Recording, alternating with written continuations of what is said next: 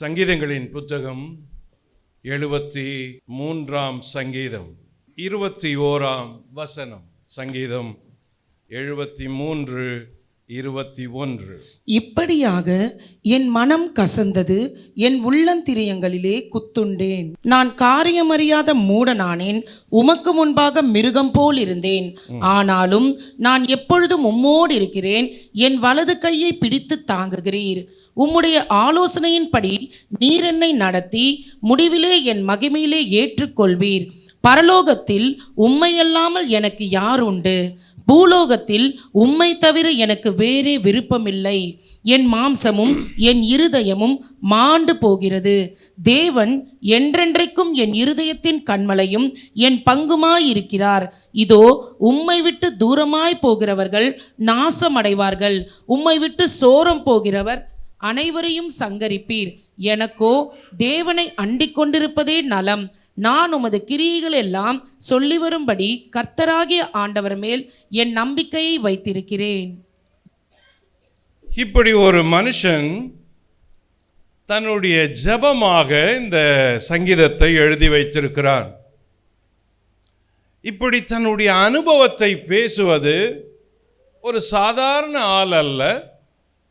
Asaph என்ற ஒரு முக்கியமான விசுவாசி, ஒரு ஊழியக்காரன். இந்த சங்கீதத்தை இப்படி எழுதி தன்னுடைய சொந்த அனுபவத்தை அறிவிப்பது ஆசாப்.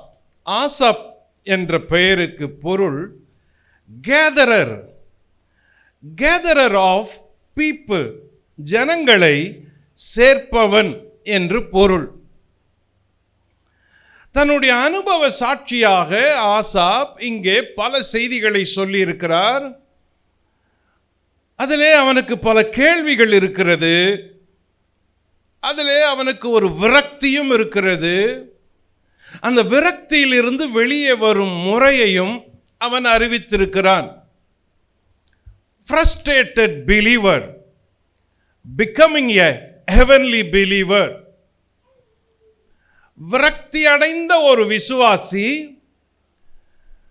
எப்படி ஒரு பரலோகத்தை விரும்புகிற விசுவாசியாய் மாறுவது என்பதுதான் இந்த சங்கீதத்தில் ஆசாப் தன்னுடைய அனுபவத்தை கூறியிருக்கிறார். ரொம்ப பேருக்கு ஆசாப் யார் என்று தெரியாது. ஆசாப் தேவனுடைய ஆலயத்தில் ஊழியம் செய்கிற ஒரு முழு நேர ஊழியக்காரன்.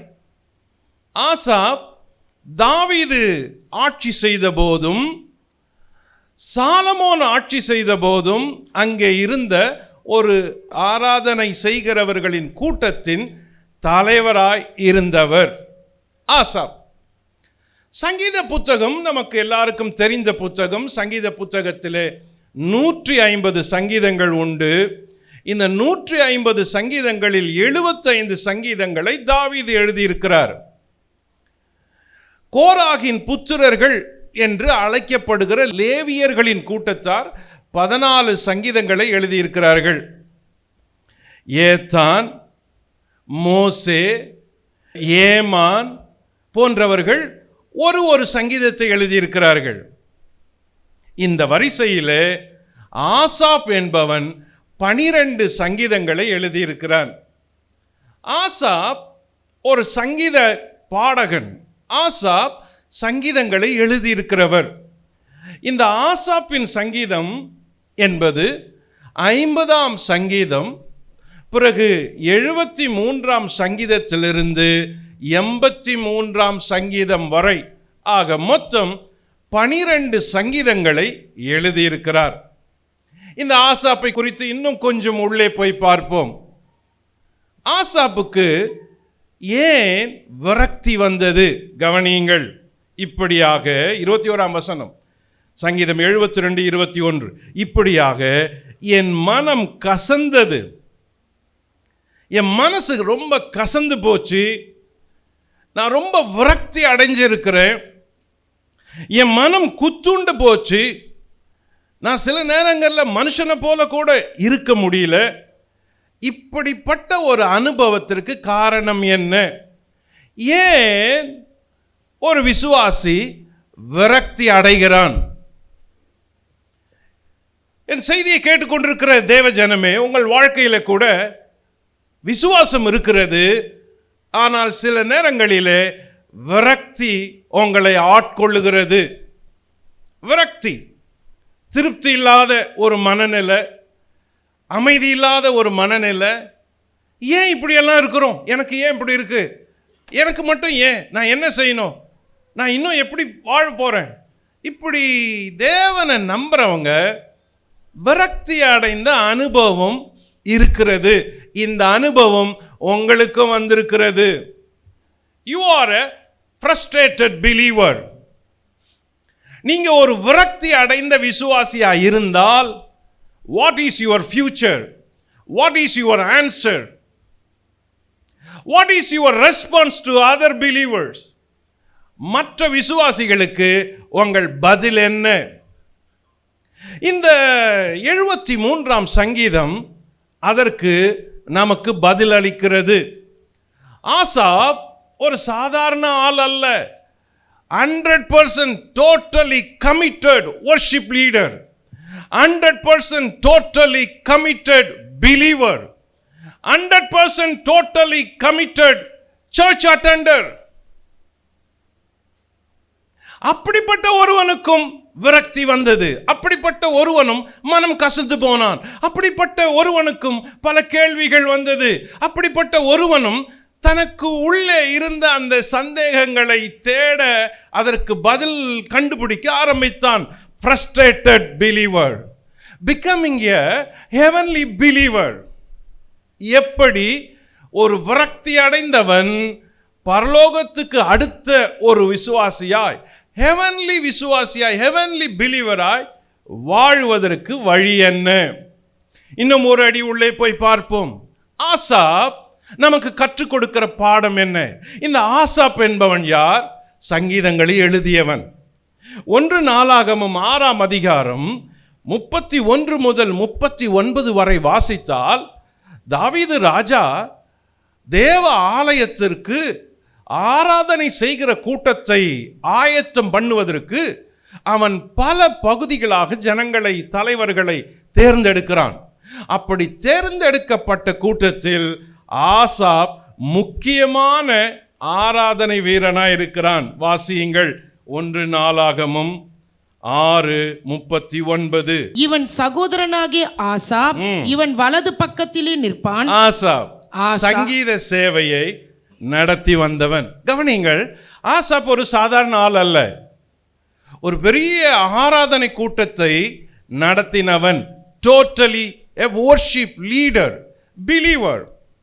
ஆசாப் இன்னும் ஒரு அடுத்த அடியிலே அவனை பற்றி கவனித்தால், 15ஆம் அதிகாரம் 1 நாளாகமம் 15ஆம் அதிகாரம் 19ஆம் வசனம். பாடகராகிய ஏமானும் ஆசாபும் எத்தானும் பஞ்சலோக கைத்தாளங்களை தொனிக்க பண்ணி பாடினார்கள். பஞ்சலோக கைத்தாளங்களை தொனிக்க பண்ணி பாடியவர்களில் முக்கியமானவன் ஆசாப். ஆசாப் யார்? நன்றாய் பாடல் பாடுகிறவன், நம்மை போல இசை வாசிக்கிறவன், நம்மை போல ஆராதனை வீரர் கூட்டத்தில் இருந்தவன், நம்மை போல. ஆசாப் ஒரு சாதாரண ஆள் அல்ல, மிக முக்கியமானவன், பாடுகிறவன், ஆராதனை செய்கிறவன், தேவனை தொழுது ஸ்தோத்தரித்து கவி எழுதுகிறவன், கவி பாடுகிறவன். அது மட்டுமல்ல, 2 சாமுவேல் 6ஆம் அதிகாரத்தை வாசித்தால், தாவீது கர்த்தருடைய பெட்டியை கொண்டு வருகிறான் ஓபேத் ஏதோமின் வீட்டிலிருந்து. அப்படி வரும்பொழுது அந்த ஆராதனையை நடத்தி வருகிறார்களே, அந்த ஆராதனையை, பெட்டியை கொண்டு வரும்பொழுது ஆராதனை நடந்து வந்தது வீதியிலே. தாவீது இறங்கி நடனமாடினான். அப்படிப்பட்ட ஆராதனையை செய்த கூட்டத்திலே இந்த ஆசாப் முக்கியமானவனாயிருந்தான். இதை 2 சாமுவேல் 6ஆம் அதிகாரம் சொல்லவில்லை, 1 நாளாகமம் 13, 14, 15, 16ஆம் அதிகாரம் சொல்லுகிறது. ஆசாப் கர்த்தருடைய பெட்டியை தாவீது கொண்டு வந்த பொழுது இசை வாசித்து ஆராதனை செய்த ஒரு ஆராதனை கூட்டத்தின் தலைவனாயிருந்தான். அப்பொழுதே தாவீது பெட்டியை கொண்டு வந்த பொழுதே அது ஆராதனை செய்து கொண்டு வந்தானே, அந்த ஆராதனையை நடத்தியவன் இந்த ஆசாப். 1 நாளாகமம் 16 அதிகாரம் 4 1 நாளாகமம் 16:4-5.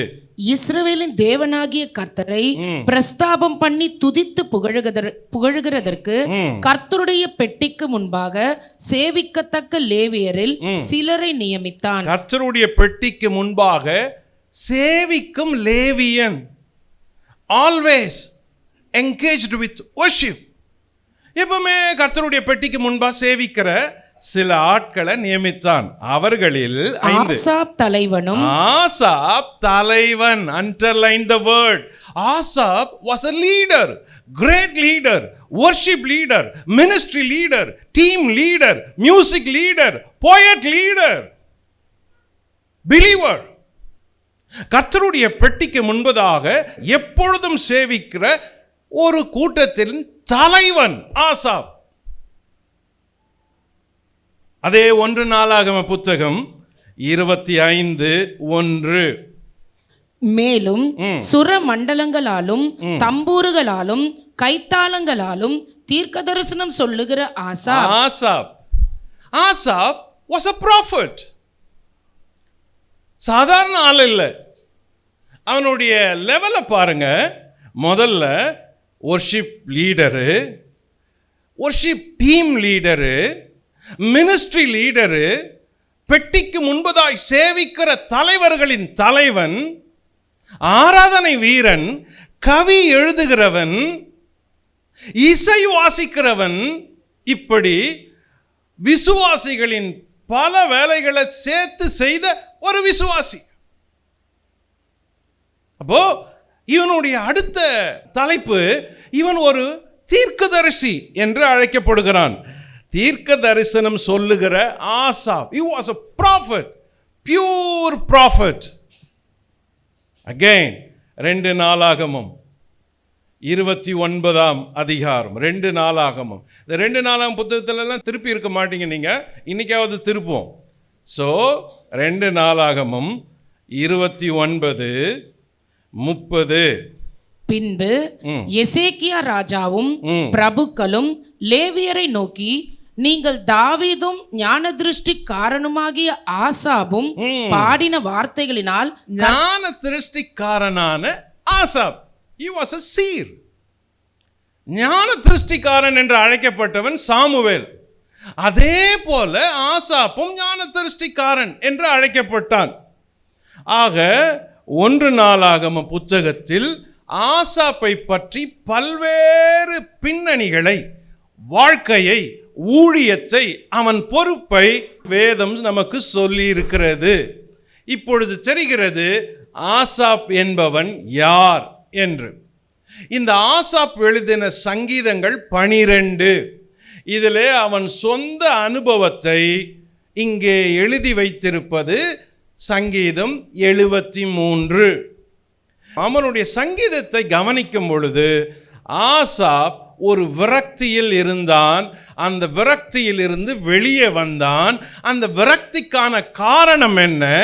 அந்த காரணத்தை கண்டுபிடித்த பிறகு அவன் எப்படி சந்தோஷமான ஒரு சகோதரனாய், விசுவாசியாய் மாறினான் என்பது இந்த 73 சங்கீதத்தில் செய்திகள் மறைந்திருக்கிறது. அதை தான் நான் உங்களோடு கூட பகிர்ந்து கொள்ளப் போகிறேன். அது மட்டுமல்ல, இந்த ஆசாப் சங்கீதக்காரன் என்று சொன்னேனே, இந்த ஆசாப் கவி எழுதுகிறவன் என்று சொன்னேனே, இந்த ஆசாப்பை பற்றி இன்னும் அதிகமாய் வாசிக்கும் பொழுது அவனது 12 சங்கீதங்களில் அவன் 4 இசைக்கருவிகளை வாசிக்கிறதில் தேறினவனாயிருந்தான். சங்கீதம் 75 சொல்லுகிறது, அல்தஸ்கேத் என்ற இசைக்கு கவி எழுதியிருக்கிறான்.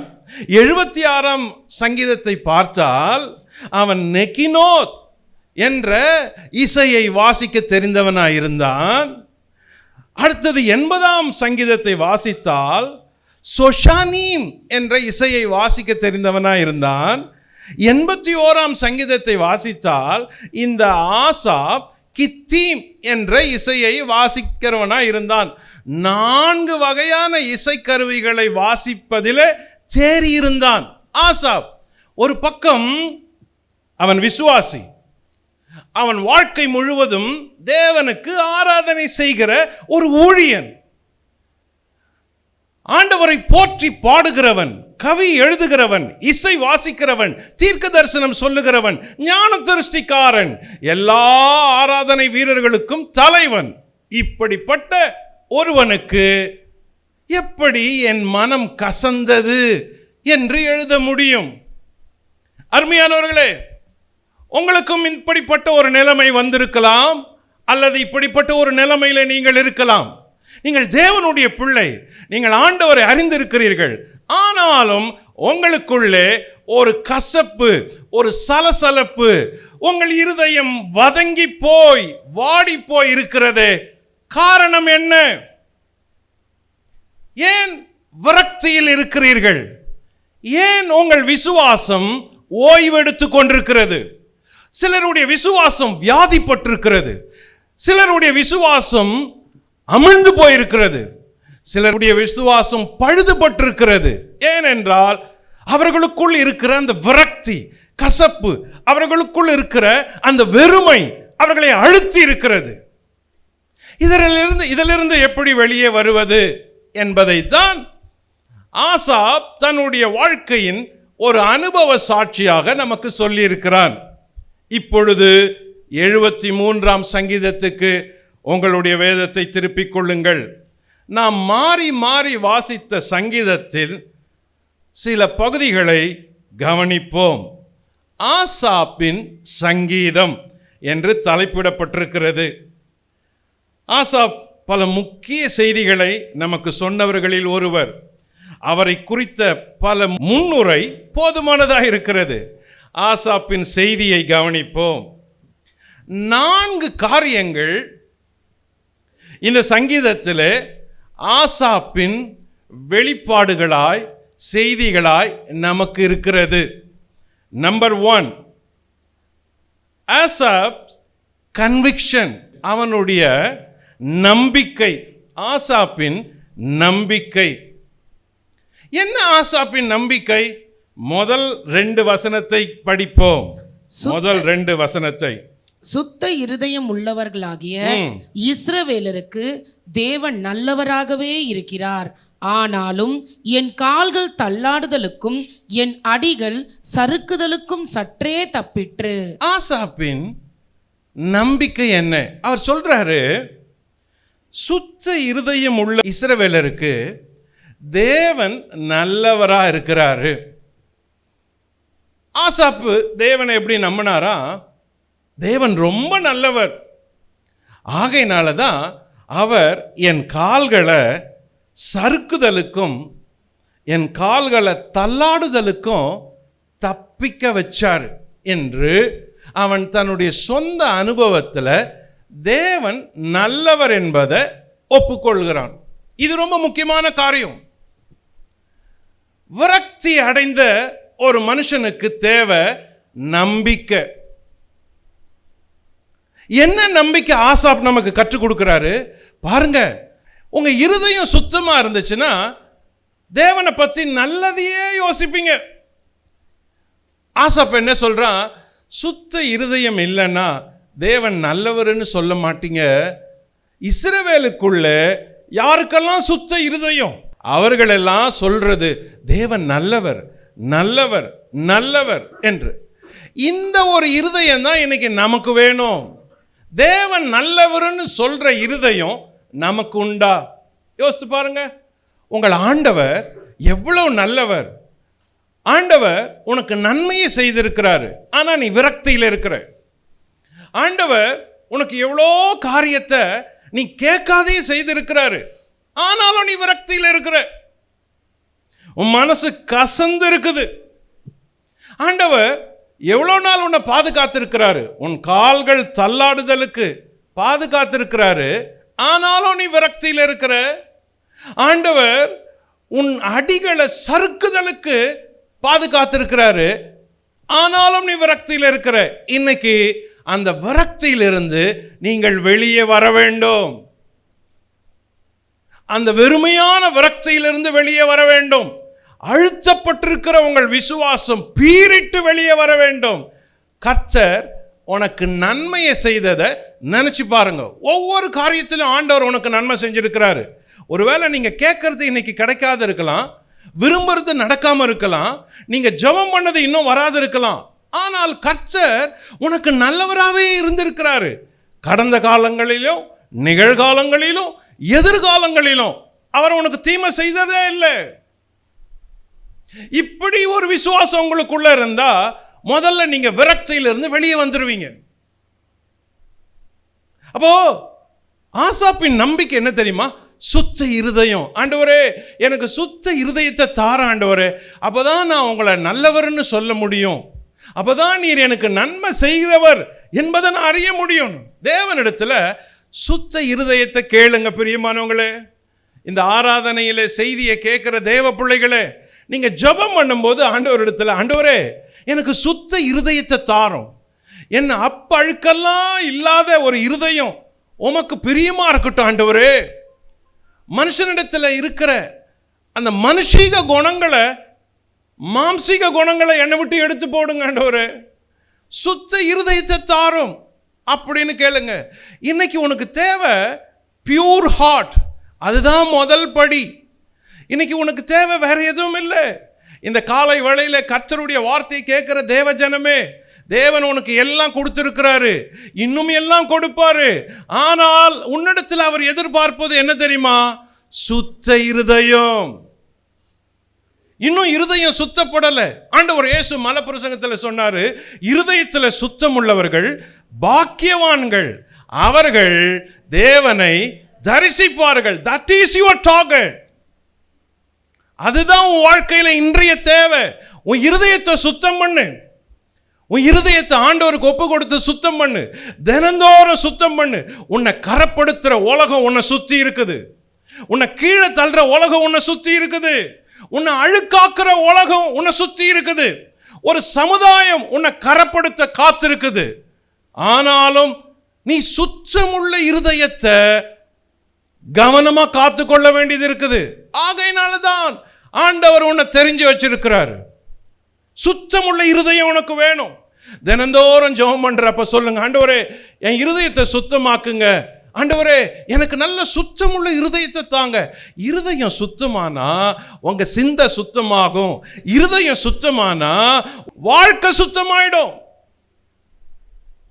அப்ப சுத்தமுள்ள இருதயத்தை கேளுங்க. வாலிப பிள்ளைகளே, ஆண்டவரே எனக்கு சுத்தமுள்ள பியூர் ஹார்ட்டை தாங்க. எனக்கு ரொம்ப போராட்டமா இருக்குது, பரிசுத்தமா வாழ முடியல, விசுவாசமா வாழ முடியல. ஆண்டவரிடத்தில் கேளுங்க, சுத்த இருதயத்தை தாரும் ஆண்டவரே, சுத்த இருதயத்தை தாரும். ஆண்டவர் அதை தான் உன்னிடத்தில் எதிர்பார்க்கிறாரு. சுத்த இருதயம் உனக்கு இருந்தா உனக்கு இந்த விரக்தி உன்னை விட்டு போயிடும், அவநம்பிக்கை உன்னை விட்டு போயிடும், அவிசுவாசம் உன்னை விட்டு போயிடும், பயம் உன்னை விட்டு போயிடும். உன்னை காக்கிற ஒரு தேவன் உனக்கு இருக்கிறாருன்னு நம்பிக்கை வந்துவிடும். ஹல்லேலூயா. உன்னை காக்கிற ஒரு தேவன் இருக்கிறாரு. உன் அடிகளை காக்கிறவர், கால்களை காக்கிறவர், சறுக்குதலுக்கு காக்கிறவர், விழுதலுக்கு காக்கிற ஒரு தேவன் இருக்கிறாரு. நீ சுத்த இருதயத்தை விரும்பினால் அவர் உன்னுடைய பாதுகாப்பை விரும்புகிறவர்.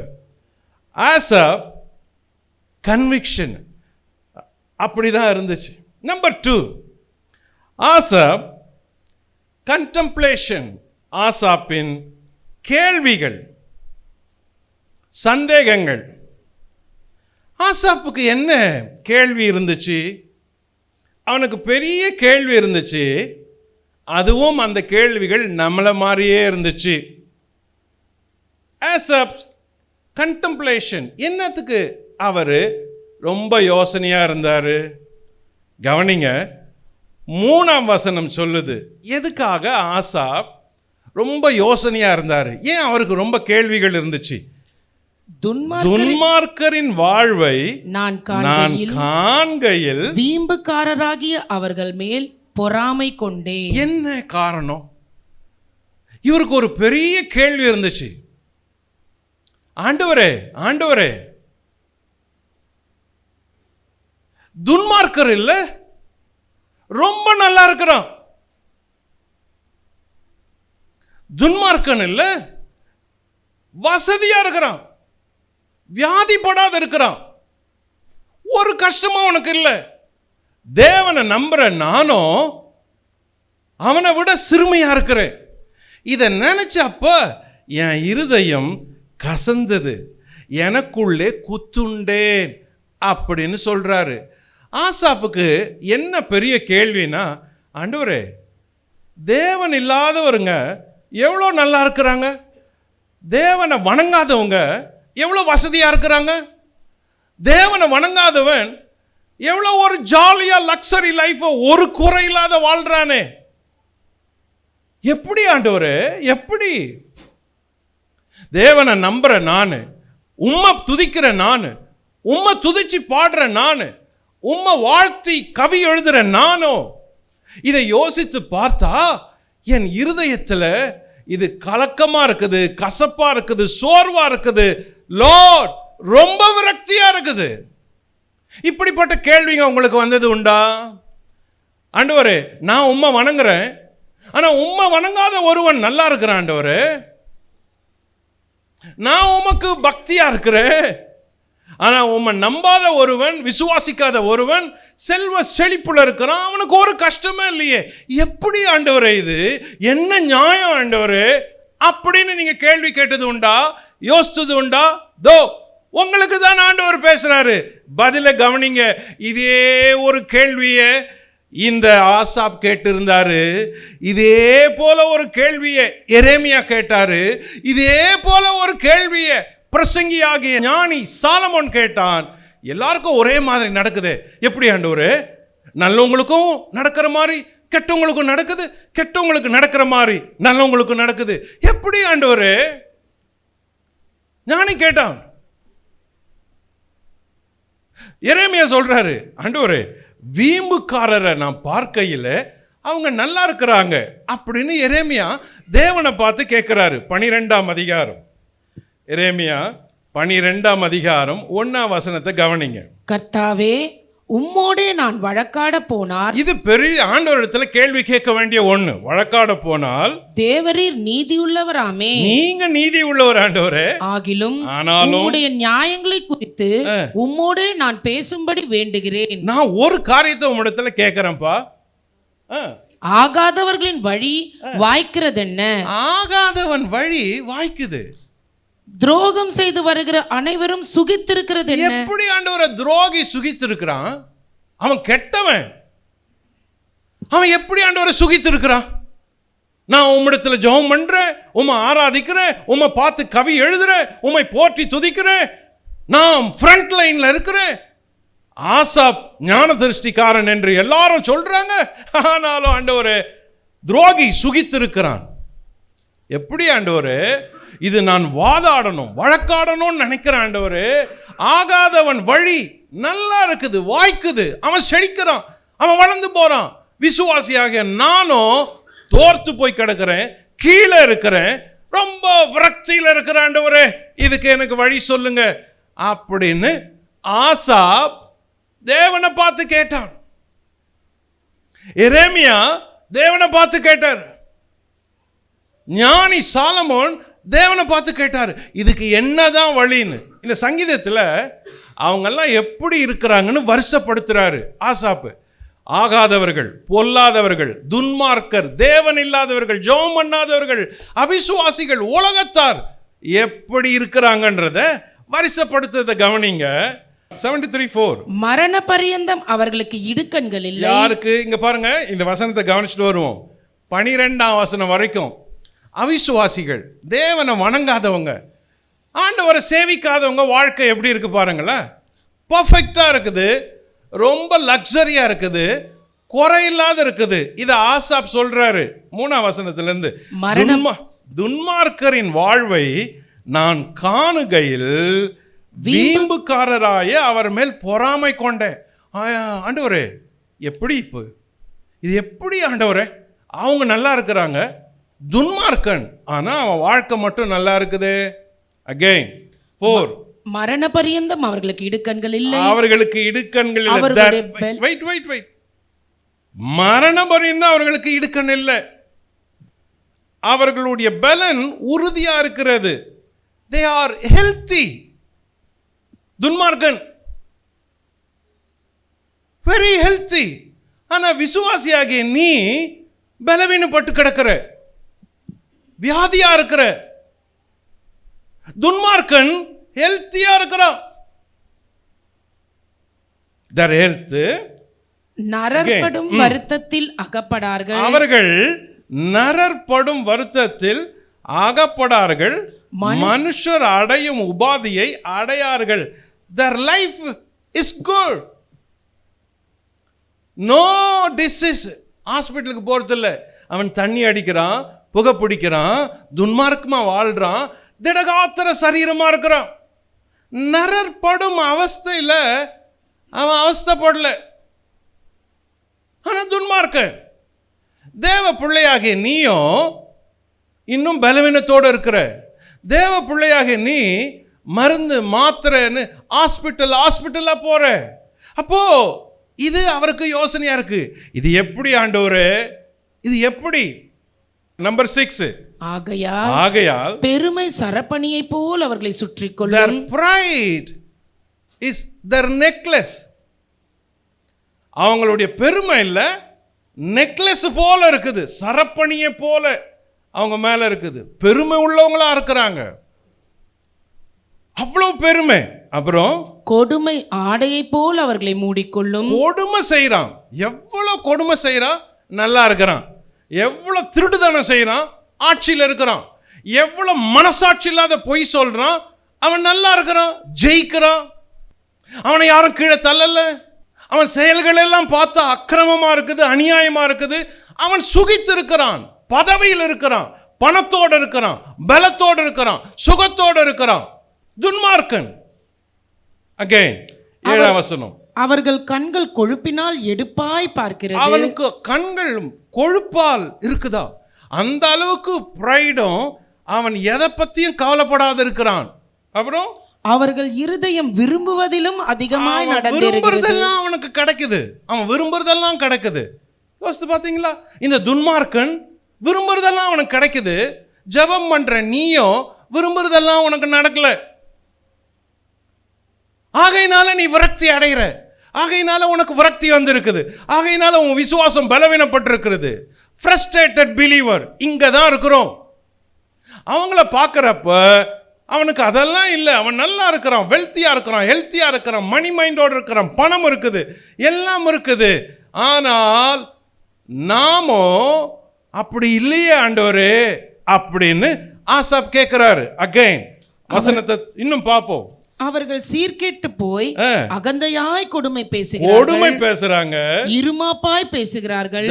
boasted words. அவங்க பேச்சு இருக்குதே, பிரைடு மட்டும் இல்லை, அவங்கள தன்னை குறிச்சு பெருசா பேசுறாங்க, நியாயப்படுத்துறாங்க, அநீதி எல்லாம் நீதின்றாங்க, பொய்ய உண்மைன்றாங்க. இப்படி பேசுறவங்க இன்னும் இருக்கிறாங்களே. எப்படி ஆண்டவரே? அகைன் தங்கள் வாய் வானம் மட்டும் எட்ட பேசுகிறார்கள், அவர்கள் நாவு பூமி எங்கும் உலாவுகிறது. ஆகையால் அவருடைய ஜனங்கள் இந்த வழியாகவே திரும்புகிறார்கள். தண்ணீர்கள் அவர்களுக்கு பரிபூர்ணமா சுரந்து வருது. அவங்களுக்கு தடை இல்லை, எல்லாம் பரிபூர்ணமா சுரந்து வருது. எப்படி ஆண்டவரே? துன்மார்க்கன் வாழ்வை நாம் பார்க்கையில ஒரு குறைவில்லை ஆண்டவரே. தண்ணீர் கூட பரிபூர்ணமா சுரந்து வருது. அப்புறம் தேவனுக்கு அது எப்படி தெரியும்? உன்னதமானவருக்கு அதை பற்றி அறிவு உண்டோ என்று சொல்லுகிறாங்க. அவங்க தேவனையே கேள்வி கேட்கிறாங்க. எப்படி கேட்கிறாங்க? தேவன் தெரியுமா? தேவன் இருக்கிறாரா? உங்க தெய்வம் தான் உண்மையா? தேவனுக்கு தெரியுமா அப்படின்னு தேவனை பார்த்து கேள்வி கேட்கிறாங்க. துன்மார்க்கன் சுகஜீவியா இருக்கிறான். அவன் மனுஷனையும் மிஞ்சி நிற்கிறான், பொருளாதாரத்தில் வளர்ந்து நிற்கிறான், சுகத்துல வளர்ந்து நிற்கிறான், பணத்துல வளர்ந்து நிற்கிறான், பெருமையில வளர்ந்து நிற்கிறான். இப்போ சுகஜீவியா இருக்கிறான், தேவனை கூட அவமதிக்கிறான். என்ன உங்க தெய்வம்? தேவனை தேடணுமா அப்படின்னு நினைக்கிறான், கேட்கிறான். 12 இதோ இவர்கள் துன்மார்க்கர், இவர்கள் என்றும் சுவஜீவிகளாய் இருந்து ஆஸ்தியை பெருக பண்ணுகிறார்கள். அவன் பொருளை சேர்த்துக்கிட்டே இருக்கிறான், இன்னும் திருப்தி அடையல. ஆஸ்தியை சேர்த்துக்கிட்டே இருக்கிறான், போதும்னு சொல்லல. களவாடி சேர்க்கிறான், திருடி சேர்க்கிறான், அவன் நல்லா இருக்கிறான். அப்புறம் நான் விருதாவாகவே என் இருதயத்தை சுத்தம் பண்ணி குற்றமில்லாமையிலே என் கைகளை கழுவினேன். நான் எதுக்கு ஆண்டவரே ஜெபம் பண்ணணும்? அவன் இப்படி ஒரு வாழ்க்கை வாழ்றான், நான் எதுக்கு ஆண்டவரே இப்படி விருதா உங்களை விசுவாசிக்கணும்? நான் எதுக்கு ஆண்டவரே தினந்தோறும் என்னை சுத்தப்படுத்துங்க, என்னை பரிசுத்தப்படுத்துங்க, என்னை உங்களுடைய ரத்தத்தில் கழுவுங்க, நான் தப்பு செஞ்சுட்டேன் மன்னிங்கன்னு நான் தான் மன்னிப்பு கேட்கிறேன் ஆண்டவரே. பாவ மன்னிப்பே கேட்காத ஒருவன் நல்லா வாழ்றான். இதை நினைச்சு பார்க்கிறப்ப இருதயம் கசந்து போகுது. Frustrated believer. இப்படிப்பட்ட அனுபவம் உங்களுக்கு இருக்குது. ஸ்டில் உங்களுக்கு இந்த எண்ணம் இருக்குது, ஆண்டவரே நான் ஜெபம் பண்ணுறேன், நான் உபவாசிக்கிறேன், நான் ஆலயத்துக்கு போகிறேன், நான் உம்மை சேவிக்கிறேன், உமக்கு ஆக வாழ்கிறேன் ஆண்டவரே, ஆனால் லைஃப் அப்படியே தான் இருக்குது. அங்கே பாருங்கள், துன்மார்க்கன் ஜெபம் பண்ணல, ஆண்டவரை ஏற்றுக்கல, அவன் தேவனை நம்பலை, அவன் எல்லாத்துலேயும் கொழுத்து வளர்ந்துருக்கிறானே அப்படின்னு நினைக்கிறப்ப உங்கள் விசுவாசம் பாதிக்கப்படுது. உங்கள் இருதயம் மனம் கசந்து உள்ளித்திரியங்களால் குத்துண்டு போகிறீர்கள். இதுதான் உங்க அனுபவமா? ஆசாப்புக்கும் அந்த அனுபவம் உண்டு. Who is this man? A worship leader, a believer, team leader, prophet.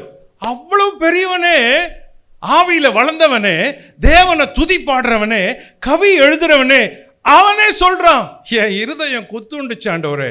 இதை நினைச்சு பார்க்கிறப்போ அப்படின்னா உங்க இருதயம் இன்னைக்கு அதே போல இருக்குதா? உங்க மனசு அதே மாதிரி இருக்குதா? உங்க விசுவாசம் அதே மாதிரி இருக்குதா? உங்களுக்கு முன்னால ஆசாப்புக்கும் அப்படி இருந்துச்சு அப்படின்னா நீங்க கவலைப்பட தேவையில்லை. ஏன்னா ஆசாப் இந்த கசந்து போன மனசை மாற்றுவதற்கு வழியை கண்டுபிடிச்சாரு. எப்படி இதிலிருந்து வெளியே வர முடியும்? இந்த சிந்தனையிலிருந்து, இந்த யோசனையிலிருந்து, இந்த எண்ணத்திலிருந்து விசுவாசியாகிய நீ எப்படி வெளியே வந்து உன்னை பலப்படுத்த முடியும், உன்னை தேற்றிக் கொள்ள முடியும், உன் விசுவாசத்தை பாதுகாக்க முடியும்? இந்த யோசனையிலிருந்து எப்படி வெளியே வர முடியும்ன்றது ரொம்ப முக்கியம். அவ்வளோ ஈஸியாக வெளியே வர முடியாது. ஏன்னா நீங்கள் திரும்ப போய் அவனை பார்க்க வேண்டியது வருது, திரும்ப போய் அவன் உங்கள் கண்களில் அவன் படுறான். ஆஸ் எ பிலீவர் உங்களுக்கு இந்த ஃப்ரஸ்ட்ரேஷன்ல இருந்து வெளியே வருவது எப்படி? Number 3, Asaph conclusion. ஆசாப்பினுடைய முடிவுரை, கன்க்ளூஷன். என்ன இவர் சொல்றாரு, கன்க்ளூட் பண்றாரு? இதே சங்கீதத்தில் ஆசாப்பினுடைய முடிவை கவனிங்க. 73:15.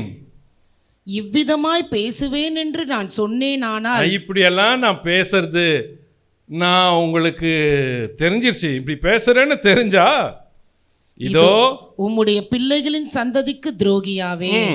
இதை அறியும்படிக்கு யோசித்து பார்த்தேன். நான் யோசித்தேன் ஆண்டவரே, நான் தேவனுடைய பரிசுத்த ஸ்தலத்திற்குள் பிரவேசித்து அவர்கள் முடிவை கவனித்து உணரும் அளவும் அது என் பார்வைக்கு விசனமாய் இருந்தது. See the deliverance medicine.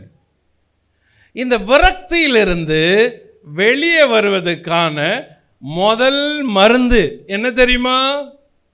தேவனுடைய பரிசுத்த ஸ்தலத்துக்குள் பிரவேசிப்பது. Listen, believers, listen carefully. Asaph துன்மார்க்கன் வாழ்வு நல்லா இருக்குது ஆண்டவரே எப்படின்னு கேட்டுட்ட பிறகு அடுத்த படிக்கு வராரு. இதிலிருந்து நான் வெளியே வரணும் ஆண்டவரே. நான் முதல்ல என்ன செய்யணும்னா, நான் தேவனுடைய பரிசுத்த ஸ்தலத்துக்குள் பிரவேசித்து அவர்கள் முடிவை கவனித்து உணரமளவும் அது என் பார்வைக்கு வசனமாக இருந்தது. 73:16 ஒரு சீக்ரெட்டை சொல்லுது. என்ன பண்ணார் ஆசாப்பு? தேவனே, நான் இதே மாதிரி யோசனையில் இருக்கிறேன்னா இதிலிருந்து வெளியே வர்றதுக்கு நான் ஃபஸ்ட்டு ஸ்டெப்பு தேவனுடைய பரிசுத்த ஸ்தலத்தில் நான் பிரவேசிக்கணும். entering into God's place. That is the first step. உங்க சிந்தனை வேவரிங்கா இருக்கா, பலவீனப்பட்டிருக்கா, யோசனையா இருக்கா, கேள்விகளால நிறைஞ்சிருக்கா, விரக்தி அடைஞ்சிருக்கா, லிசன். தேவனுடைய ஆலயத்துக்கு உள்ள வாங்க. முதல் ஸ்டெப், தேவனுடைய ஆலயத்துக்கு உள்ள வந்தா உங்களுக்கு ஒரு உணர்வு வரும். என்ன உணர்வு தெரியுமா? அவர்கள் எல்லாம் ஒரு நாளைக்கு முடிஞ்சு போவாங்க, நானோ தேவனே நானோ உம்மை ஒரு நாள் தரிசிப்பேன் அப்படின்ற ஃபெய்த் முதல்ல உங்களுக்கு உள்ள வந்தா உங்க விரக்தி உங்களை விட்டு போயிடும். That is the first easy step, entering into God's place. தேவாலயத்துக்கு உள்ள போங்க, தேவனை ஆராதிக்கும்படி ஆலயத்துக்கு உள்ள வாங்க. காட்ஸ் பிரசன்ஸ் தான் உங்களை முதல்ல அந்த விரக்தியிலிருந்து தூக்கும், வெறுமையிலிருந்து தூக்கும். கர்த்தருடைய பிரசன்னம் தான் உங்களை அந்த எண்ணத்திலிருந்து காப்பாற்றும். இது அதுன்னு இல்லை, ஜஸ்ட் என்டர். தேவாலயத்துக்கு வாங்க, தேவாலயத்துக்கு உள்ள வாங்க, ஆண்டவருடைய ஆலயத்துக்கு போங்க. அப்ப இந்த எண்ணத்திலிருந்து நீங்க வெளியே வருவீங்க. ரெண்டு காரியம் உங்களுக்கு நடக்கும் தேவாலயத்துக்குள்ள போனா. ஒன்று, இந்த துன்மார்க்கருடைய முடிவை ஆண்டவர் உங்களுக்கு வெளிப்படுத்துவார். என்ன முடிவில் வந்து நிற்பீங்க தெரியுமா? ஒரு நாள் அவங்க சொத்தெல்லாம், அவங்க எண்ணங்கள் எல்லாம், அவங்க வீராப்பு எல்லாம், அவர்களுடைய பொல்லாத எண்ணங்கள்லாம் அழிஞ்சு போயிடும். ஒரு நாள் நான் தேவனை தரிசிப்பேன், ஒரு நாள் என்னுடைய இருப்பிடத்துக்கு நான் போவேன், நான் போய் தேவனை சந்திச்சு அவரை பார்க்கும் வரைக்கும் நான் இங்க வெயிட் பண்றேன் அப்படின்ற எண்ணம் வந்துருச்சுன்னு வைங்களேன். நீங்க இந்த துன்மார்க்கனை பற்றி யோசிக்க மாட்டீங்க, அவன் செல்வ செழிப்பை யோசிக்க மாட்டீங்க, அவன் வளர்ச்சியை யோசிக்க மாட்டீங்க. ஏனென்றால் தேவாலயத்துக்குள்ள வந்த பிறகு, தேவ பிரசன்னத்துக்குள்ள வந்த பிறகு, தேவனுடைய சமூகத்துக்குள்ள வந்த பிறகு அவனுடைய முடிவு உங்களுக்கு தெரிஞ்சிடும், உங்களுடைய எல்லை உங்களுக்கு புரிஞ்சிடும். அதுதான் ஆகையினால தான் go to God's place. தேவாலயத்துக்கு போங்க, உங்க விரக்தி மாறும். go to God's place. உங்க ஃப்ரஸ்ட்ரேஷன்ல இருந்து வெளியே வருவீங்க. Easy, very easy. தேவ பிரசன்னம் தான் உங்க விரக்தியை மாற்றும், உங்க வெறுமையை நிறுத்தும், உங்களுடைய அமைதியை தேவ பிரசன்னம் தான் கொண்டு வரும். நீ தேடுற அமைதி, உன்னுடைய பரிபூரணமான காரியத்தை நீ விரும்புகிற அந்த பரிபூரணம் கர்த்தருடைய சமூகத்தில் தான் இருக்குது. அப்போ தேவ சமூகத்தை அவமதிக்க கூடாது. தேவன் சமூகம் தான் உனக்கு பலன், தேவ சமூகம் தான் உனக்கு உள்ளான மனுஷனுக்கு பலனா இருக்குது. ஆகவே entering into God's place. Asaph சொல்றாரு, நான் தேவனுடைய பரிசுத்த ஸ்தலத்துக்குள் பிரவேசித்தேன். தாவீது இப்படி சொல்றாரு. தாவீது சொல்றதை கவனிங்க. சங்கீதங்களின் புத்தகம் 27, சங்கீதங்களின் புத்தகம் 27ஆம் சங்கீதம் 4ஆம் வசனம், 27:4. கர்த்தரிடத்தில் ஒன்றை நான் கேட்டேன், ஒன்னே ஒன்று தான் கேட்டேன், அதையே நாடுவேன். நான் கர்த்தருடைய மகிமையை பார்க்கும்படியாகவும் அவருடைய ஆலயத்தில் ஆராய்ச்சி செய்யும்படியாகவும் நான் என் ஜீவனுள்ள நாளெல்லாம் கர்த்தருடைய ஆலயத்தில் தங்கியிருப்பதையே நாடுவேன். பாருங்களேன், அவர் வாழ்க்கையில் ஒரு பிளேஸ் தான் அவருக்கு முக்கியம். ஜீவனுள்ள நாளெல்லாம் எனக்கு ஒரே ஒரு எண்ணம் தான், நான் கர்த்தருடைய ஆலயத்தை வாஞ்சிக்கணும். ஏனென்றால் 5ஆம் வசனம் சொல்றதை கவனிங்க. தீங்கு நாளில் அவர் என்னை தம்முடைய கூடாரத்தின் மறைவிலே, என்னை தமது கூடார மறைவிலே ஒளித்து வைத்து என்னை கண்மலையின் மேல் உயர்த்துவார். எப்படி விரக்தி போச்சு பாருங்களேன். ஒரு இடம் நீங்க உள்ள வந்தப்ப, தேவ பிரசன்னத்தில் உட்கார்ந்தப்ப, கர்த்தருடைய சமூகத்தை தேடினப்ப, தேவ வார்த்தையை கேட்கிறப்ப இந்த விரக்தி எல்லாம் வெளியே போகுது. அந்த பொல்லாதவனுடைய வாழ்க்கையின் முடிவெல்லாம் உங்களுக்கு தெரியுது, உங்களுக்குடைய உள்ளான பலன் வருது. அப்போ நீங்க சொல்றீங்க, தீங்கு நாளில் அவர் என்னை தம்முடைய கூடார மறைவில் ஒளித்து வைத்தார், கன்மலையின் மேல் உயர்த்தி வைத்தார். It's a secret. அது ஒன்றை மட்டும் நான் ஆண்டவரத்தில் கேட்டேன், என் வாழ்நாளெல்லாம் உம்முடைய ஆலயத்தை தேடும்படிக்கு. பிரியமானவங்களே, ஐக்கியம் என்பது ரொம்ப முக்கியம். சர்ச்சுக்கு போறதுன்றது is not a weekly duty for Christians. It's for your spiritual growth. உன் ஆவிக்குரிய வளர்ச்சிக்கு தேவ ஆலயத்துக்கு போறது ரொம்ப முக்கியம், ரொம்ப முக்கியம். அது ஆசாப் தேவாலயத்தில் ஊழிய செய்தவர், அவர் நமக்கு கற்றுக் கொடுக்கிறாரு தேவனுடைய சமூகம் எவ்வளவு முக்கியம்னு. அப்ப தேவனுடைய ஆலயம் ரொம்ப முக்கியம். எதுக்காக தேவனுடைய ஆலயத்துக்கு போறோம்? எதுக்காக போகணும்? Go to church regularly because Bible tells you to go to attend your service. வேதம் சொல்லுது சபை கூடி வருதல விட்டு விடாதருங்கன்னு. எபிரேயர் 10:25 அப்படி சொல்லுது. Go to church. சபை கூடி வருதல விட்டு விடாத. என்னன்னா ஆகட்டும், that is God's place. You must go there. Don't skip the church. Don't skip the service. தேவாலயத்துக்குள்ள உள்ள வந்ததும் உங்க விசுவாசம் புதுப்பிக்கப்படுது. உள்ளான மனுஷன் பலப்படுறான். பொல்லாதவனுடைய அந்த எண்ணங்கள் எல்லாம் உங்களை விட்டு போகுது. சபை கூடி வருதல விட்டு விடாதிருங்கள். Go to church because you need encouragement. உன்னை உற்சாகப்படுத்துற ஒரு இடம் வேணும். ஆகையினால don't stop it. Go to church. அது மட்டும் இல்லை, you have to encourage others. அன்புக்கும் நற்கிரியைக்கும் ஏவப்படும்படி சபை கூடி வருதலை விட்டு விடாதிருங்கள். எபிரேயர் 10:24. ஏன் சர்ச்சுக்கு போனோம்? அன்புக்கும் நற்கிரியைக்கும் உங்களை தூண்டி விடும் சர்ச்சு, சபை. தேவனுடைய வார்த்தை புஷ் பண்ணும். கீழே இருந்தா தூக்கி விடும், வீக்கா இருந்தா ஸ்ட்ரென்தன் பண்ணும். Go to church. Go to church. Why should you go to church? Go to church to hear the God's word. இன்று வசனத்தை கேட்பீர்களானால், இன்று அவருடைய சத்தத்தை கேட்பீர்களானால், வனாந்திரத்தில் கோபமூட்டினது போல நீங்கள் கோபமூட்ட மாட்டீர்கள். எபிரேயர் 4:2 சொல்லுகிறது. இஸ்ரவேலர் தேவனை கோபமூட்டினாங்க, ஆனா நீங்க இன்னைக்கு கோபமூட்ட மாட்டீங்க. ஏன்? You are hearing the voice of God. Go to church. சபை கூடி வருதல் ரொம்ப முக்கியம். It's for your own faith. It's an encouragement. உங்களை உற்சாகப்படுத்துற ஒரு இடம் இருக்குது.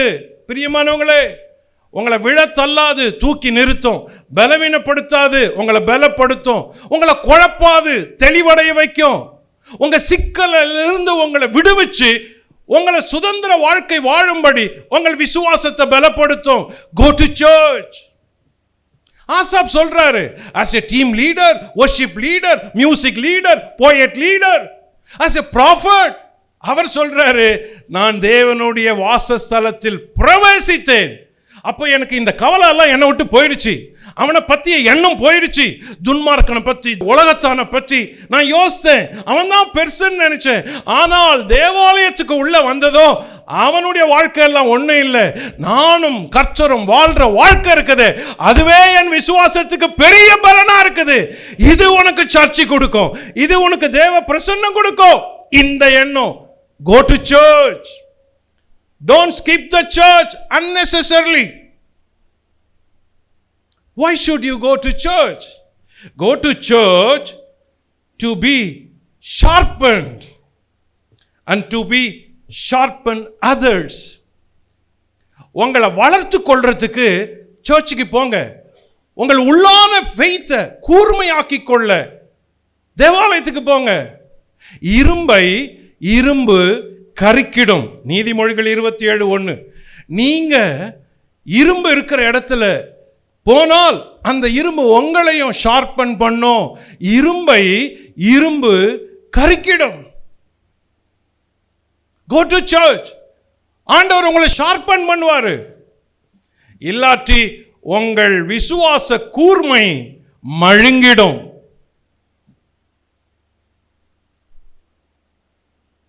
எஸ், நீங்க சர்ச்சுக்கு போலனா உங்கள் விசுவாச கூர்மை மழுங்கிடும், ஷார்ப்பனா இருக்காது. Go to church to sharpen. உங்களை ஷார்பன் பண்ண போங்க, அது உங்களை உருவாக்கும். Go to church to exercise your faith. உங்க விசுவாசத்தை பலப்படுத்த சர்ச்சுக்கு போங்க, தேவாலயத்துக்கு போங்க. ரோமர் உங்களை பலப்படுத்துகிற கிறிஸ்துவை பத்தி சொல்லுது. உங்களோடு பேசுற பரிசுத்த ஆவியானவரை பத்தி சொல்லுது. Go to church. எப்படி இருந்தாலும் ஆண்டவர் உன் கூட பேசிடுவாரு. நீ என்ன நிலையில வந்தாலும் தேவனும் கூட பேச ஆயத்தமா இருக்கிறாரு.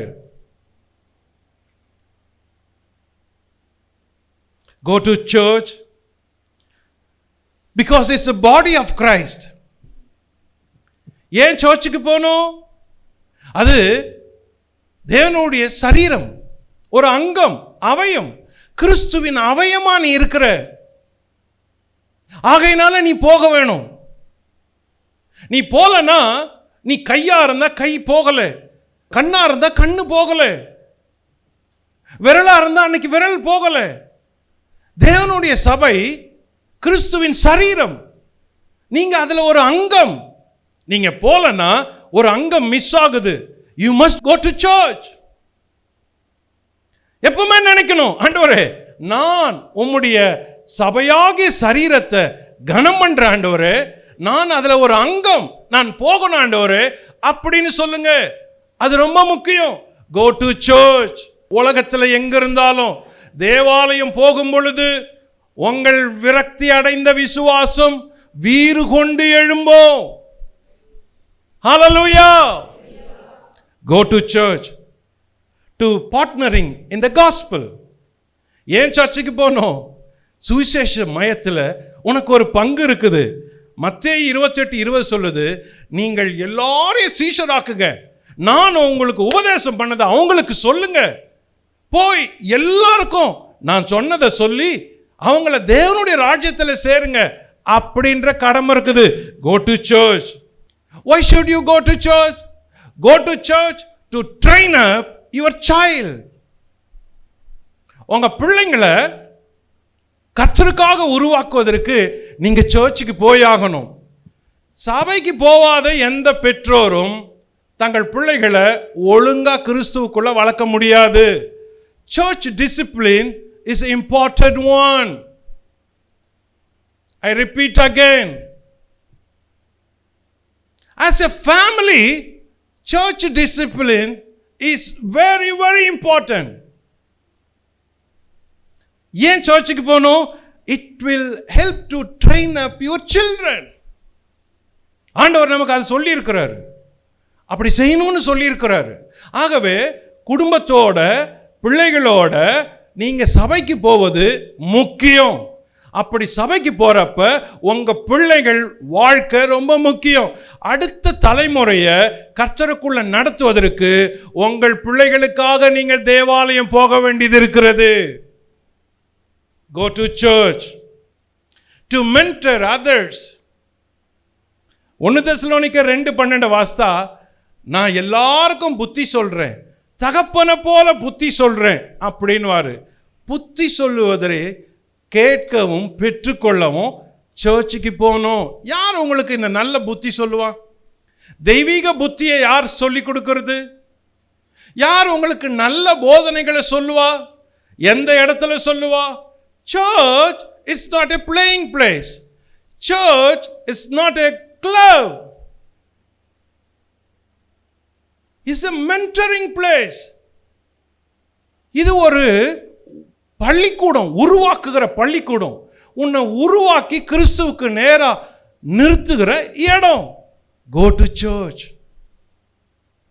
Why should you go to church?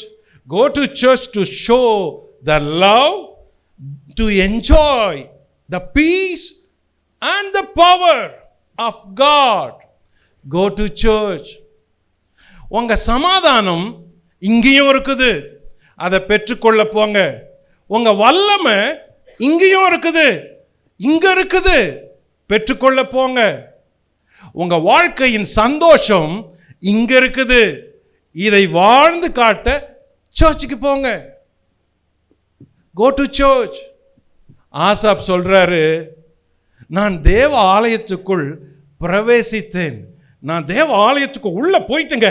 போன பிறகு நான் உங்களை கேள்வி கேட்டேன் பாருங்க.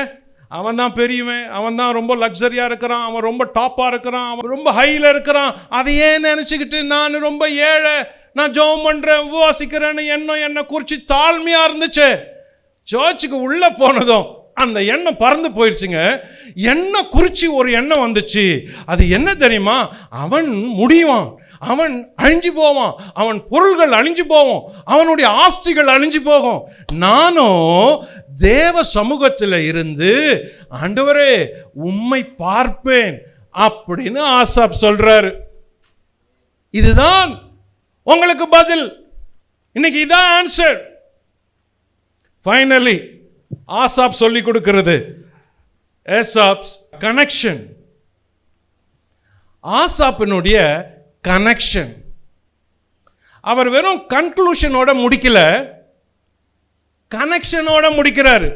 இந்த சங்கீதத்தில் ஆசாப்பின் செய்தி வாழ்க்கையை பற்றி இருக்குதா? அவர் முதல்ல பாருங்க, ஆண்டவரே பாருங்க, அவன் எப்படி இருக்கிறான் பாருங்க, நான் எப்படி இருக்கிறேன் பாருங்க. இதை கேள்வி கேட்டால் முடியல ஆண்டவரே, பதிலே வரல, எவ்வளோ வருஷம் காத்திருப்பேன், அப்படிதான் சூழலில் இருந்தாரா? அப்புறம் அவரே சொல்கிறாரு, சாரி லார்ட், சாரி, நான் இப்படி யோசித்திருக்க கூடாது. இது பாருங்க 73:15, இவ்விதமாய் நான் பேசுவேன் என்று நான் சொன்னேனா? ஐயோ சாரி லார்ட், சாரி. எப்படி மாறிச்சு பாருங்க அவர் எண்ணம். நான் இவ்விதமாக பேசுறது தப்பு ஆண்டவரே, இப்போ ஒரு காரியத்தை செய்கிறேன், நான் உங்களோட என்னை கனெக்ட் பண்ணிக்கிறேன் அப்படின்னு ஒரு கனெக்ஷனை அவர் இங்க சொல்றாரு. What is that connection? ஆசாப்புக்கு வெறும் பதிலோடு இல்லை, முடிவுரை மட்டும் இல்லை, கனெக்ஷனும் இருக்குது. What is that connection?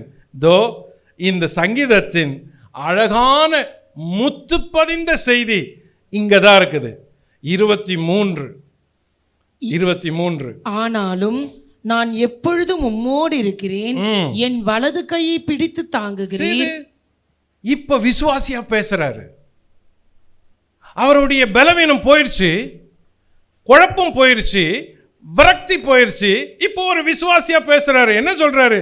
ஆண்டவரே நான் எப்பொழுதும் உம்மோடு இருக்கிறேன். எல்லாரும் சொல்லுங்க, நான் எப்பொழுதும் உம்மோடு இருக்கிறேன் ஆண்டவரே.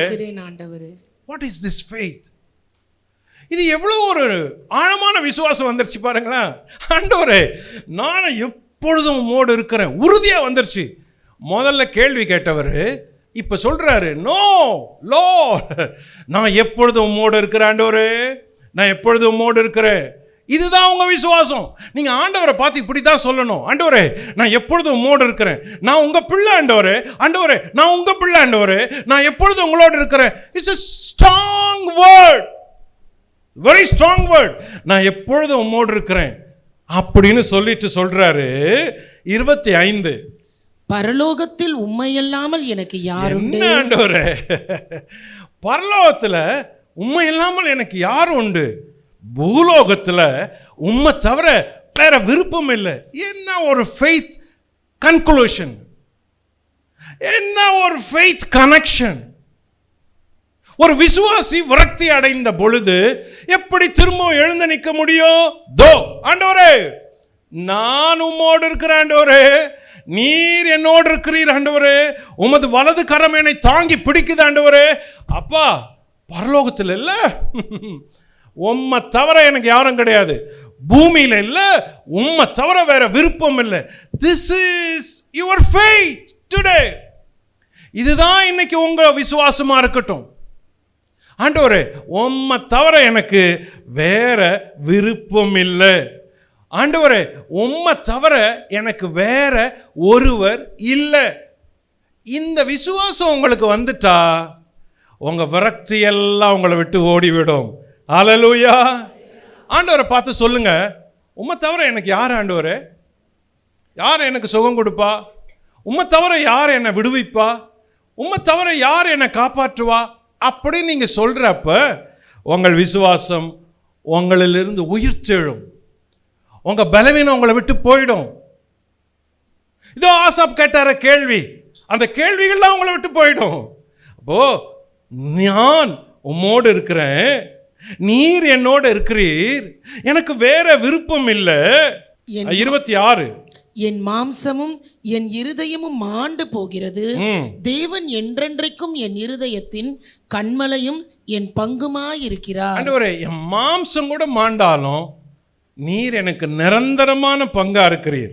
28 எனக்கோ தேவனை அண்டி கொண்டிருப்பதே நலம். எவ்வளவு பெரிய ஆன்சரை கண்டுபிடிச்சிட்டார் பாருங்க. எவ்வளோ அவருக்கு விரக்தி எல்லாம் போயிடுச்சு.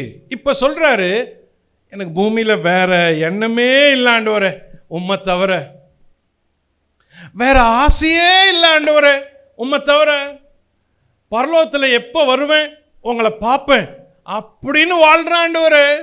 நான் இவ்வளோ நாள் மற்றவனை குறித்து யோசித்ததில்ல, இனிமே யோசிக்க மாட்டேன். பூமியில வேற விருப்பமே எனக்கு இல்லை உம்மை தவிர.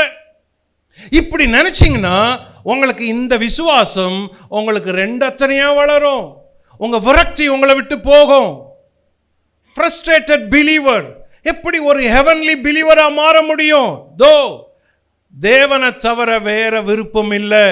பூமியில அவரை தவிர வேற யாரும் இல்லை, பரலோகத்தில் அவரை தவிர வேற யாரும் இல்லை. ஒரே ஒரு விருப்பம், அந்த தேவனாகிய இயேசு மட்டுமே உங்கள் விருப்பமா இருக்கட்டும்.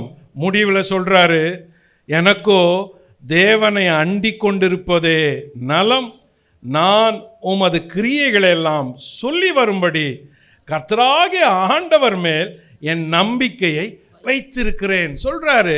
இனிமே நான் ஒன்று செய்வாண்டவரே, உங்களை பற்றி போய் எல்லாருக்கும் சொல்கிறாண்டவரே, நான் இப்படி யோசித்தது ரொம்ப தப்பு, மனுஷிகமாக யோசித்துட்டேன், அவங்கள ரொம்ப யோசித்துட்டேன், துன்மார்க்கனை யோசித்துட்டேன், ஜெயிச்சவனை யோசித்துட்டேன், பணபலத்தில் இருந்தவனை யோசித்துட்டேன். ஆனால் ஆண்டவரே இப்போ எனக்கு உம்மை தவிர வேற விருப்பமே இல்லையா? நான் ஒன்று செய்கிறேன், உங்களை அண்டிக் கொள்வதே நல்லது ஆண்டவரே, அண்டிக் கொள்வதே நல்லது. இதுதான் ஒரு விசுவாசியின் எல்லை முடிவு. தேவனிடம் போங்க, அவர்தான் உங்க கடைசி எல்லை. தேவனிடம் போங்க, அதுதான் உங்க கடைசி எல்லை. தேவனிடம் போய் அழுங்க, அதுதான் கடைசி எல்லை. தேவன் தான் உங்களுடைய முடிவு. பூமியிலும் அவர்தான், பரலோகத்திலும் அவர்தான். ஆசாப் சொல்றாரு, உம்மை அண்டி கொண்டிருப்பதே நலம். ஆண்டவரே இனிமே நான் போய் உம்மை பற்றி எல்லாருக்கும் சொல்லுவேன் அப்படின்னு சொன்னார். What is that connection? That connection, heavenly connection, faithful connection. That connection is important to you today. இந்த கனெக்ஷன் இன்னைக்கு இருக்குதா உனக்கு? தேவனை அண்டிக் கொள்றியா? இந்த விசுவாசம் உனக்கு இருக்குதா? பூமியில இந்த விருப்பம் தான் உனக்கு இருக்குதா? இயேசு மட்டும்தான் உன் விருப்பமா? இயேசு ஒருவர் தான் உன் வாழ்க்கையா? பரலோகத்துக்கு போயிடுவேன்ற நம்பிக்கை உனக்கு இருக்குமானால், இதோ பூமியில வேற விருப்பம் உனக்கு வரக்கூடாது. இயேசு மட்டும்தான் உன்னுடைய விருப்பமா இருக்கட்டும். அதுவே இந்த ஆசாப் நமக்கு கற்றுக்கொள்ளுகிற பாடமா இருக்கட்டும். எல்லாரும் ஒரு நிமிஷம் எழுந்திருப்போம், ஆண்டவரை நோக்கி பார்ப்போம். ஆண்டவரை பார்த்து நீங்க சொல்ல வேண்டிய ஒரே ஒரு வார்த்தைக்காக கர்த்தர் காத்திருக்கிறாரு. நீங்க எங்க இருக்கிறீங்க? இன்னைக்கு எவ்வளவு தூரத்தில் இருக்கிறீங்க? விரக்தியில் இருக்கிறீங்களா? சோர்ந்து இருக்கிறீங்களா? கவலையில் இருக்கிறீங்களா? அமிழ்ந்து போய் கிடக்கிறீங்களா? இதோ உங்க விசுவாசம் பழுதுபட்டு இருக்குதா? நீங்க பலவீனமா இருக்கிறீங்களா? உழைச்சி கலைச்சிட்டீங்களா? வாழ்க்கையில் ஒரு சலிப்பு வந்திருக்கா? தோ கர்த்தரை நோக்கி பார்க்க, அவரிடத்தில் உன் பலனை எடுத்துக்கொள்ள ஒரு அரிய வாய்ப்பு இன்று ஆண்டவர் உன் முன்னே வைக்கிறார். அவரை பார்த்து சொல்லுங்க, உம்மை தவிர எனக்கு வேற விருப்பம் இல்லை ஆண்டவரே, உம்மை தவிர வேற கதி இல்லை ஆண்டவரே, உம்மை தவிர வேற ஆசை இல்லை ஆண்டவரே. பூமியில உம்மோடு இருப்பது நல்லது ஆண்டவரே. என்னை இன்னும் இடத்துல இணைத்துக் கொள்ளுங்க. இன்னும் எனக்கு உம்முடைய பிள்ளையா நெருங்கி வர உதவி செய்யுங்க ஆண்டவரே. நான் ரொம்ப லோன்லியா ஃபீல் பண்றேன், ரொம்ப வீக்கா ஃபீல் பண்றேன் ஆண்டவரே, ரொம்ப கன்ஃபியூஸ்டா இருக்கிறேன், எனக்கு உள்ளத்துல பயம் இருக்குப்பா. அப்படி சொல்றீங்களா? உனக்கு இன்னும் உள்ளத்துல பயமா இருக்குல்ல, உன் பிசிக்கலி நீ ரொம்ப வீக்கா இருக்குல்ல, மென்டலி ரொம்ப வீக்கா இருக்குல்ல, ஏதோ தள்ளாடுவது போல இருக்குதுல்ல, வேவரிங்கா இருக்குல்ல. கர்த்தர் உன்னை பலப்படுத்துற டைம் வந்திருக்கு. கர்த்தர் உன்னை தூக்கி நிறுத்துற நேரம் வந்திருக்கு. கர்த்தர் மேல உன் விருப்பத்தை வச்சுட்டினா, ஆண்டவரை பிடித்து கொண்டால், ஆண்டவரோடு கூட இருந்தால், ஆண்டவர் உன்னை பலப்படுத்தி உனக்கு சகாயம் பண்ணுகிறவரா இருக்கிறாரு. கரங்களை உயர்த்தி ஆண்டவருக்கு திரும்ப ஒப்பு கொடுப்போம். எல்லாரும் இயேசுவை பார்த்து, ஏசப்பா என்னை ஒப்பு கொடுக்கிறேன், ஏசப்பா என்னை ஒப்பு கொடுக்கிறேன். எல்லாரும் சொல்லுங்க, கரங்களை உயர்த்தி சொல்லுங்க, ஏசப்பா நான் உலகத்தை நான் நினைச்சேன், என்னை மன்னியும், என்னை பலப்படுத்துங்க, நான் உங்க பிள்ளை. ஏசப்பா எனக்கு இனி இந்த குழப்பம் வரக்கூடாது. ஏசப்பா நான் உம்மை மட்டுமே பற்றி கொள்ளுவேன். ஏசப்பா என்னை தூக்கி நிறுத்துங்க. ஏசப்பா சொல்லுங்க, ஆண்டவரை பார்த்து சொல்லுங்க, லார்ட் என்னை தூக்கி நிறுத்துங்க. லார்ட், லார்ட் என்னை பலப்படுத்துங்க ஆண்டவரே. Oh Lord, I need you Lord. என் உள்ளத்தில் பரிசுத்த ஆவியானவர் சொல்லுகிறார், உங்கள் சிந்தையில ஒரு விடுதலை வரும்படிக்கு ஜெபம் பண்ண சொல்லுகிறார். இன்றைக்கு அந்த விடுதலை உங்களுக்கு வருகிறது. இன்னைக்கு அந்த உள்ளான மனுஷன் பலனடையும்படிக்கு அந்த பலன் உங்களுக்குள்ளே வருகிறது. உங்க வலது கரத்தை உங்க தலைமையில் வைத்துக் கொள்ளுங்கள். இயேசுவின் நாமத்தினாலே அப்பா பிதாவே, இயேசுவின் நாமத்திலே ஜெபிக்கிறேன். ஒவ்வொரு தேவ பிள்ளைக்கும் சிந்தையில விடுதலை உண்டாவதாக. இயேசுவின் நாமத்திலே ஒவ்வொரு தேவ பிள்ளைக்கும் சரீரத்திலே பலவீனங்களில் இருந்து விடுதலை உண்டாவதாக. இயேசுவின் நாமத்திலே ஒவ்வொருவருக்கும் பயத்தில் இருந்து விடுதலை உண்டாவதாக. இயேசுவின் நாமத்திலே ஒவ்வொருடைய இருதயத்தில் இருக்கிற கவலைகள், சிக்கல்கள், குழப்பங்கள் எல்லாவற்றிலும் இப்பொழுது ஒரு விடுதலை உண்டாவதாக. இயேசுவின் நாமத்திலே விடுதலை உண்டாவதாக. I release you in Jesus name. இயேசுவின் நாமத்திலே விடுதலை உண்டாவதாக, விடுதலை உண்டாவதாக, விடுதலை உண்டாவதாக, விடுதலை உண்டாவதாக, தெளிவு உண்டாவதாக, பலன் உண்டாவதாக, சுகம் உண்டாவதாக. இயேசுவின் நாமத்திலே, இயேசுவின் நாமத்திலே, இயேசுவின் நாமத்திலே, இயேசுவின் நாமத்திலே, இயேசுவின் நாமத்திலே எல்லாருடைய விசுவாசம் பலப்படட்டும், பலப்படட்டும், பலப்படட்டும், பலப்படட்டும். விரக்தியே வெளியே போ, குழப்பமே வெளியே போ, பயமே வெளியே போ, கவலையே வெளியே போ, தரித்திரமே வெளியே போ. இயேசுவின் நாமத்திலே இப்பொழுது பலன் உண்டாவதாக, சுகம் உண்டாவதாக, விடுதலை உண்டாவதாக, கிருபை உண்டாவதாக. ஹalleluya, hallelujah. Thank you Father, thank you Jesus. நல்ல பிதாவே, உம்முடைய பிள்ளைகளுக்காக ஜெபிக்கிறேன். உள்ளான மனுஷனிலே பழுதுபட்டு இருந்தால், பலவீனப்பட்டிருந்தால், சுகவீனத்தோடு இருந்தால், குழப்பத்தோடு இருந்தால், சிக்கி இருந்தால், தடுமாறி கொண்டிருந்தால், நசரேயனாக இயேசுவின் நாமத்திலே இப்பொழுது அவர்கள் விடுதலை அடைந்து எழும்புவார்களாக, தைரியப்படுவார்களாக, பலன் அடைவார்களாக, திடன் உண்டாவதாக. உம்முடைய ஜனத்துக்கு விடுதலை உள்ளான மனுஷனுக்கு இயேசுவின் நாமத்தினாலே உண்டாவதாக ஜெபம் பண்ணி அனுப்புற ஆண்டவரே.